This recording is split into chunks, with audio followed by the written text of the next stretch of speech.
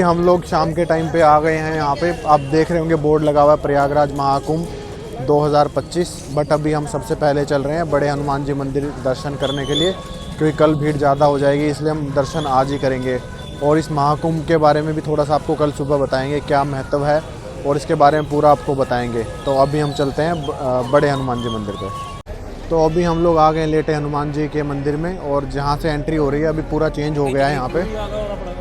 और आप देखोगे पूरी यहाँ पे लाइनिंग के लिए अलग से कर दिया। अगर आप पहले आते तो पहले यहाँ पे ऐसा कुछ भी नहीं था, बिल्कुल खाली था।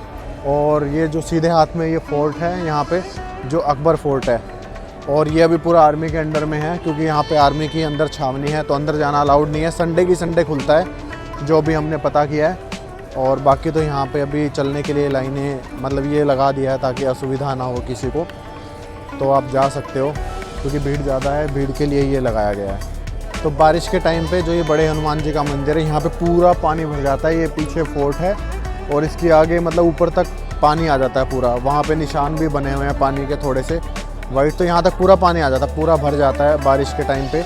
जब गंगा जी का जो बहाव है वो पूरा ऊपर की तरफ होता है, तो बोलते हैं कि हर साल गंगा जी यहाँ पे जो लेटे हनुमान जी मंदिर हैं वहाँ पे आती है और उनको छू के और फिर वापस उसके बाद फिर पानी नीचे उतरता है। तो पूरा पानी आता है। जो लेटे हनुमान जी मंदिर हैं, जो लेटे हनुमान जी हैं, वो पूरा गंगा जी में डुबकी मतलब समा जाते हैं एक तरीके से बोलें तो। फिर उसके बाद पानी पीछे हटता है।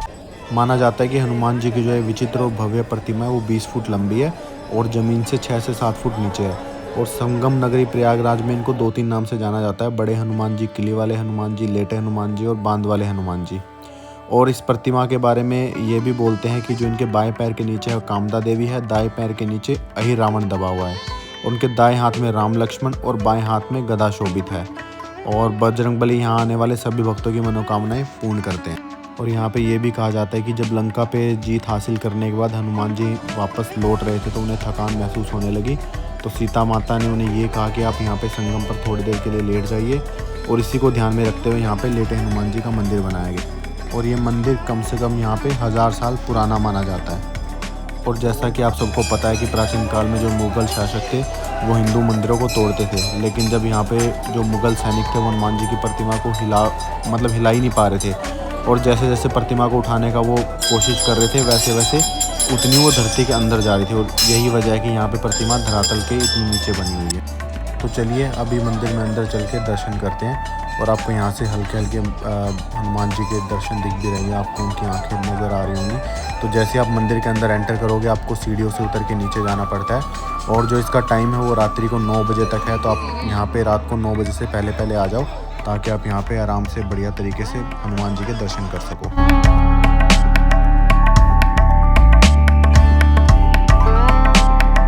ये फिर यहाँ पे निकास द्वार है, और फिर आप यहाँ से बाहर की तरफ निकल जाओगे। लेकिन बस एक प्रॉब्लम ये है कि जहाँ से एंट्री होगे आप अपने जो शूज़ है वो वहाँ निकालोगे, और फिर आप निकलोगे इस गेट से, तो फिर आपको वापस से उधर से घूम के फिर शूज़ लेने के लिए जाना पड़ेगा।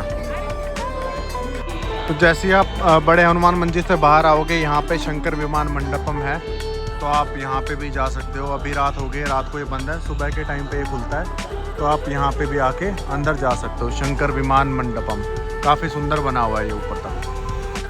तो आइए अब जानते हैं महाकुंभ 2025 के बारे में कि ये इतना स्पेशल क्यों है और इसको महाकुंभ क्यों कहा जाता है और क्या इसकी डेट्स हैं। तो अगर डेट्स की बात करूं तो ये रहने वाला है 13 जनवरी 2025 से लेकर 26 फरवरी 2025 तक।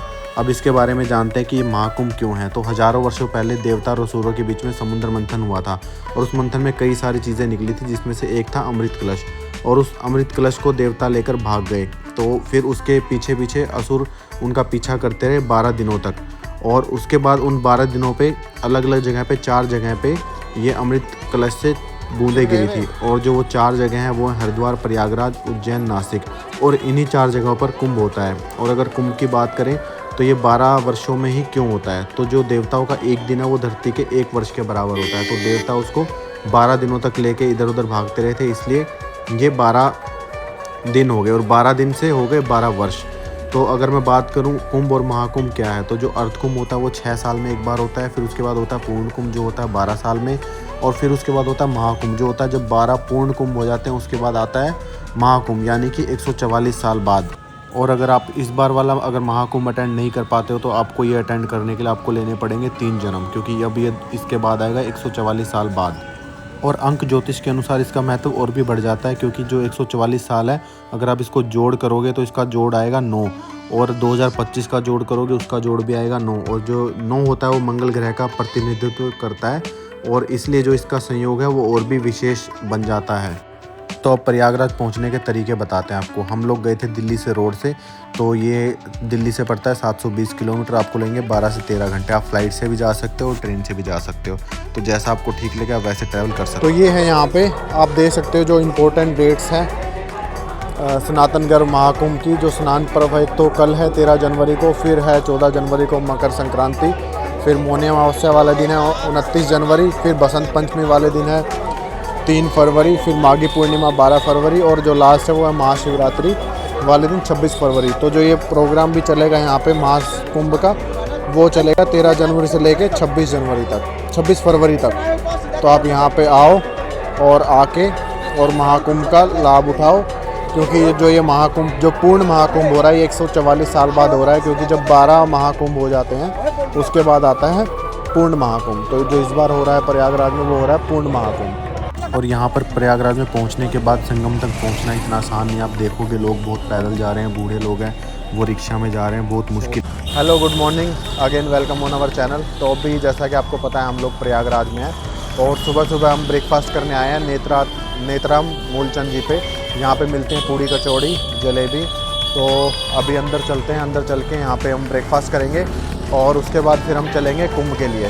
तो चलते हैं अंदर, चलिए। तो हम लोग आए हैं अभी नेत्राम मूलचंद जी पे। कटरा बाज़ार मार्केट है यहाँ पे प्रयागराज में, सुबह सुबह ब्रेकफास्ट करने के लिए। और आप इनकी थाली देख लीजिए, इसमें देते हैं ये सब्ज़ी है जो आलू की सब्ज़ी है पतले रस्से वाली, और एक ये सब्ज़ी है ये भी कुछ अलग लग रही है, और एक ये आलू की सब्ज़ी है, एक ये चटनी है और साथ में रायता है। अब टेस्ट करके देखेंगे कैसा क्या मिलेगा।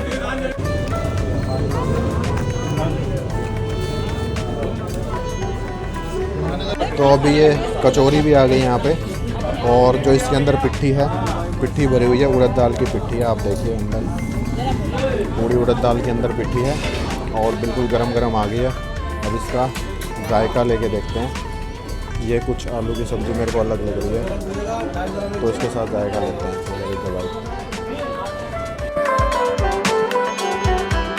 अच्छा है, और जो स्टाइल है इनका देने का वो भी बिल्कुल अच्छा है, पत्तल पे देते हैं। तो आपको पुरानी वाली फीलिंग आएगी, जैसे पहले हम लोग शादी में जाते थे, शादी में खाते थे। और एक ये वाली सब्ज़ी है, मतलब 3 तरह की अलग अलग सब्ज़ी है, और रायता भी है। रायता भी इन्होंने दिया है, तो ये अच्छा कॉम्बिनेशन है। तो अब अगर आप यहाँ पे आओ तो आप नेत्राम जी पे आ सकते हो। और यहाँ पे और भी काफ़ी चीज़ें हैं, जैसे कि मैंने जलेबी देखी, जलेबी भी आप ट्राई कर सकते हो। सुबह सुबह गर्म जलेबी आती है। तो अभी हम लोग खाते हैं और आपसे मिलते हैं आगे कुंभ में चल के। तो अभी हम लोग आ गए चंद्रशेखर आज़ाद पार्क में। तो अंदर आने का जो यहाँ पे टिकट है वो लगता है 10 रुपये।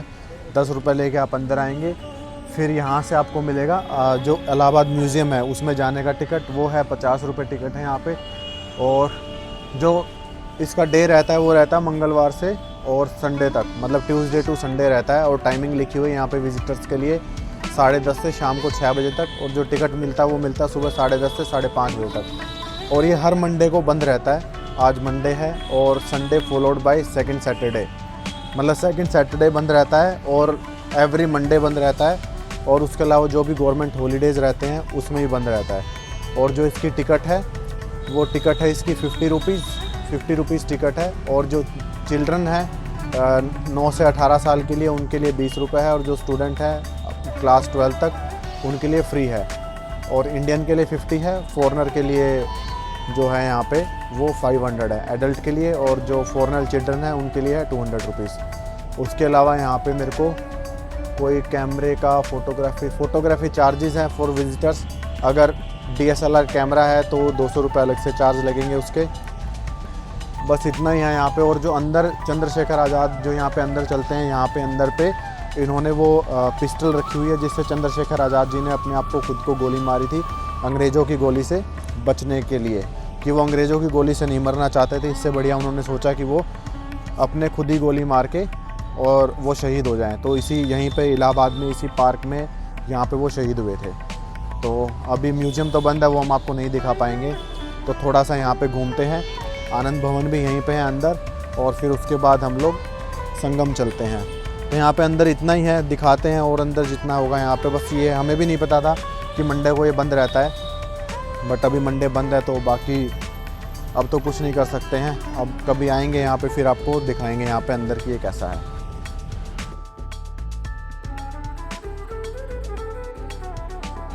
तो ये है चंद्रशेखर आज़ाद जी का स्टैचू, और इसी जो ये पीछे पेड़ बना हुआ है इसी के पीछे इन्होंने आखिरी गोली अपने आप को मारी थी।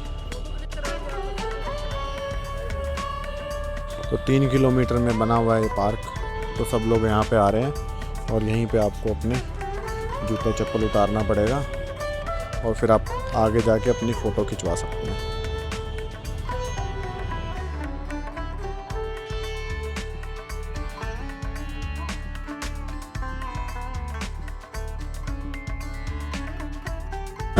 तो अभी हम लोग यहाँ पे संगम के लिए जा रहे हैं, और आप भीड़ देखो, भीड़ बहुत ज़्यादा है, क्योंकि आज और कल जो है वो शाही स्नान है।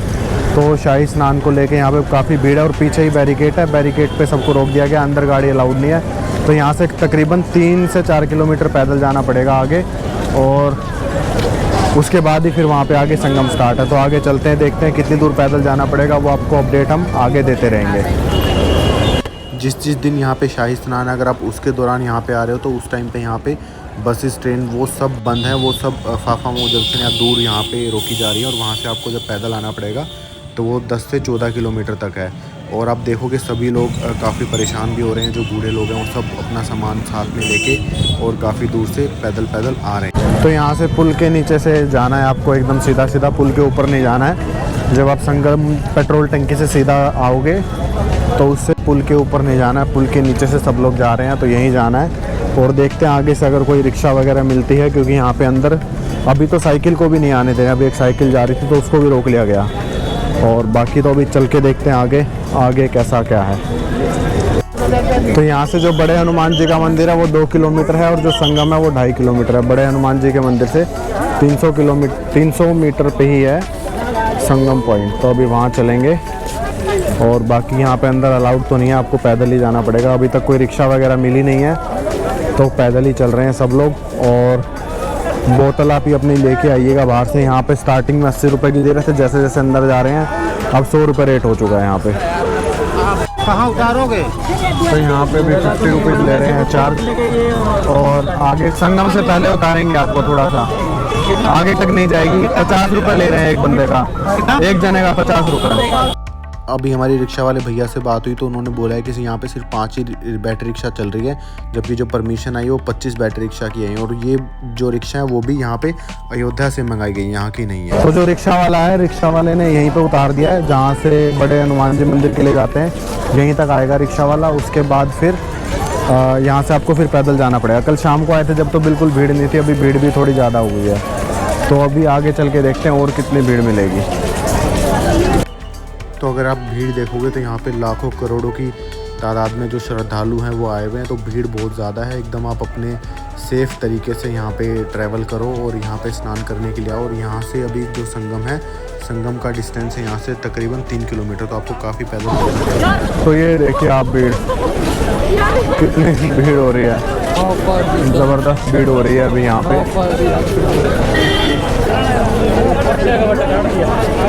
बहुत ज़्यादा भीड़ हो रखी है। अभी हम यहाँ पे ऊपर भी आ गए हैं, तो भीड़ बहुत ही ज़्यादा है। तो यहाँ से स्टार्ट हो रहा है अभी संगम का एरिया। आप देखिए बराबर में वहाँ पे वो ब्रिज बना हुआ है, और ये कछाप द्वार है, और भीड़ बहुत ज़्यादा है। और अभी अंदर चलेंगे, और मेरे को लग रहा है जो साथ में जो टेंट लगे हुए हैं वो स्टे के लिए लगे, मगर 2 रोड है, एक ये वाला रोड है और एक दूसरा उधर से भी रोड है अंदर आने के लिए, जो त्रिवेणी संगम घाट पे हम लोग जाएंगे। तो यहाँ से है एंट्री।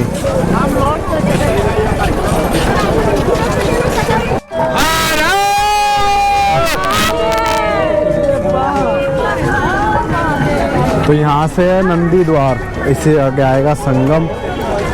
तो अब आगे जाके देखेंगे अभी कितना दूर रह गया, क्योंकि यहाँ पे साधन तो कुछ नहीं चल रहा है, बस आपको पैदल ही आना पड़ेगा।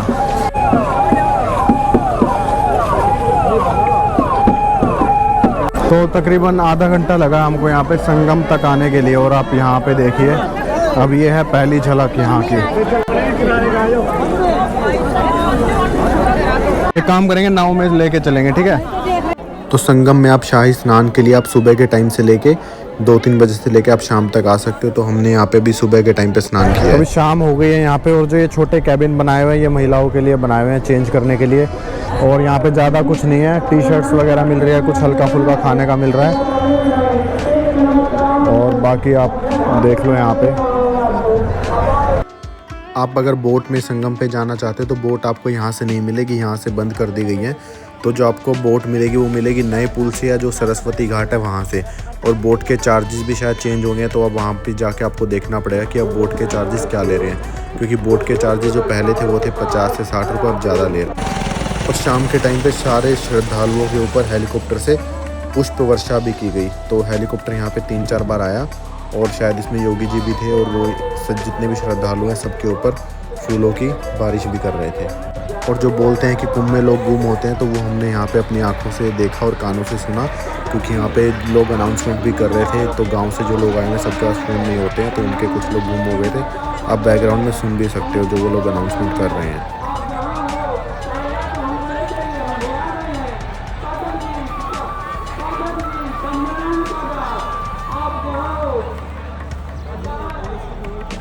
जब आप संगम से बाहर की तरफ आओगे रोड पे, तो यहाँ पे बने हुए हैं काफ़ी बढ़िया खाने पीने के स्टॉल्स, क्योंकि संगम साइड पे तो कुछ नहीं है। लेकिन बाहर की तरफ आओगे, ये परेड ग्राउंड है, यहाँ पे बने हुए हैं सब जगह, जैसे अलग अलग जगह उडुपी एक्सप्रेस है और ये सब बने हुए हैं। तो यहाँ पे आपको खाने पीने के ऑप्शंस मिल जाएंगे, वहाँ पे नहीं मिलेंगे, लेकिन आपको यहाँ पे मिल जाएंगे। यहाँ पे अलग अलग जगह बने हुए हैं सब। यहाँ पे एग्जीबिशन स्टॉल्स भी लगी हुई हैं, आप अंदर जाओगे तो अंदर एग्जीबिशन स्टॉल्स हैं। तो यहाँ पे अंदर स्टॉल्स भी लगी हुई हैं, अभी काम चल रहा है, कुछ तो लग जाएंगी और बाकी अभी थोड़े दिन में पूरे लग जाएंगे। तो यहाँ पे अलग अलग तरह का जो लोकल उत्तर प्रदेश का आइटम या हैंडीक्राफ्ट है वो यहाँ पे है।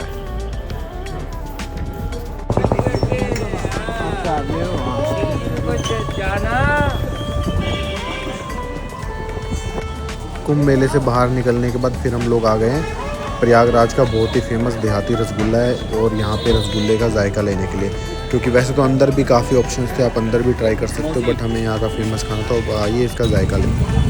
हाँ, तो ये हमने अभी लिया है देहाती से रसगुल्ला, और अभी इसको टेस्ट करते हैं। बट ये रसगुल्ला नहीं है, ये पता नहीं गुलाब जामुन टाइप लग रहा है, खा के देखते हैं कैसा है। अच्छा है, गुलाब जामुन का टेस्ट आ रहा है, बिल्कुल सॉफ्ट है और अच्छा टेस्ट है। बट रसगुल्ला नहीं है, ये गुलाब जामुन है, लेकिन अच्छा है, तो एंजॉय करते हैं। तो अगले एपिसोड में हम आपको दिखाएंगे अयोध्या में राम मंदिर। आप अयोध्या में कहाँ पे रह सकते हो, कहाँ कहाँ पे क्या क्या चीज़ें वहाँ पे घूमने की हैं, और कैसे आप राम मंदिर में जा सकते हो। तो अगले एपिसोड के लिए आप बने रहिए। तब तक के लिए टाटा, बाय बाय, जय श्री राम, हर हर महादेव।